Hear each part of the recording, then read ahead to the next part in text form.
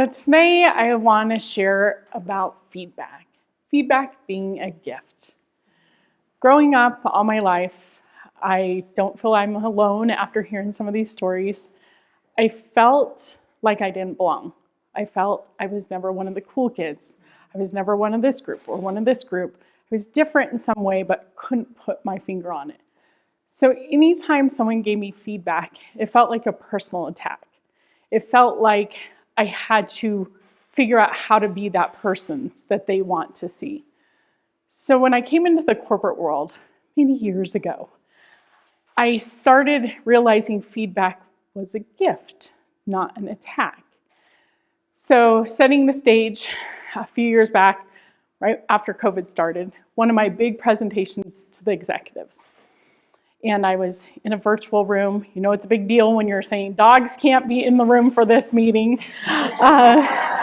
Getting the room all set up, getting prepared. I had my notes, I had my PowerPoint, beautiful PowerPoint. I knew my material, and I got in there.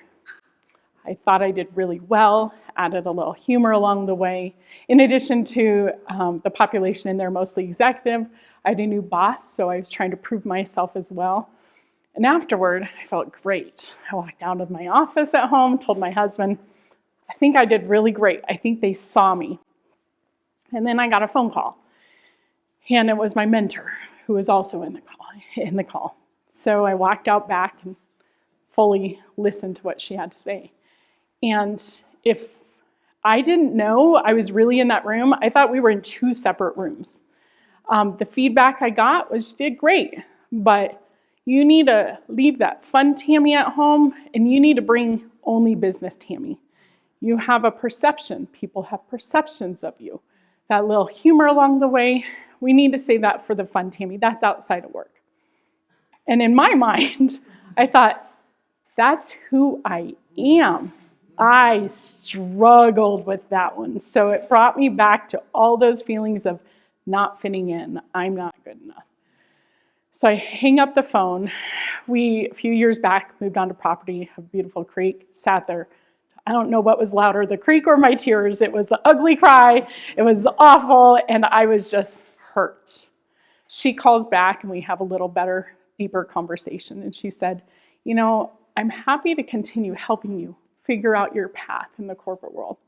But if at any point you don't want to do that, I can also sit back and not give you feedback. But she said, but let me tell you this, the feedback I do give you, you can also use not just for climbing a ladder, but to share with your daughters. And I was like, all right, I'm going to take this. So we hung up, everything was okay, a little more ugly cry. And I just had to really internalize what it meant to me and what was that feedback, because my instinct is to take that and just go, I have to form into this person and be this person. And that's where I realized feedback is such a gift, but you have to translate it. What might work for this person is not the same for this person. And it sure as hell is not the same for me. So I really had a hard time, but I went and got advice from friends, from family. I had a business coach for corporate support, reached out to her, and I started hearing a common theme. When I would ask, how do I be authentic, but still leave this big part of me at home? I was given the feedback to, I can bring that person, but maybe the first few minutes of a meeting in a corporate world with people that have these high expectations, you can bring a little of the fun Tami, build that relationship, but then put professional Tami on. And that to me was, I can meet in the middle. Okay, that's a little better. And then I'll just weave myself through. So I continued to translate that, and I got to the point where I feel really good. And I think, okay, I took this. I didn't just vomit it out. I figured out how to receive it in my own way.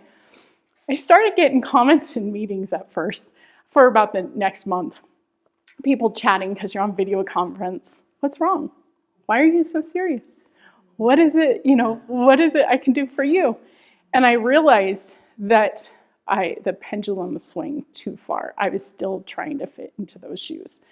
So regardless to say, I've learned how to bring my whole self, and I've done a much better job. And along the way, my daughters who are in their 20s, I share with them along the way every bit of that feedback.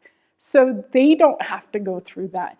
They can go through their own challenges, but they can take whatever I learned and use that as well. So once I did that, the next piece of feedback that came to me, I felt a little stronger. I was a little emotional, and I got called after and said, if you want to keep growing, you need to get more calloused. And if I hadn't gone through that initial experience, I would have said, okay, that's the right way to do. I need to be this harder person. I need to quit showing emotion. I need to quit being myself. But since I went through that learning, I felt so much stronger at asking the right people and the right questions and how to translate that for me. And all it meant for me was, this is what works for you, but for me, this is what works for me.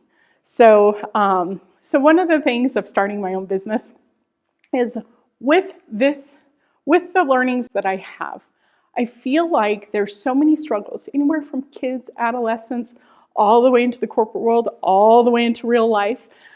There's so many things we get as feedback. And I know I can't be the only one to struggle with how to take that in. It doesn't have to be raw input. It can be digested, manipulated, translated to what you need to hear. Otherwise, I'm just going to be one of everyone else. I'm not going to be unique in my own way.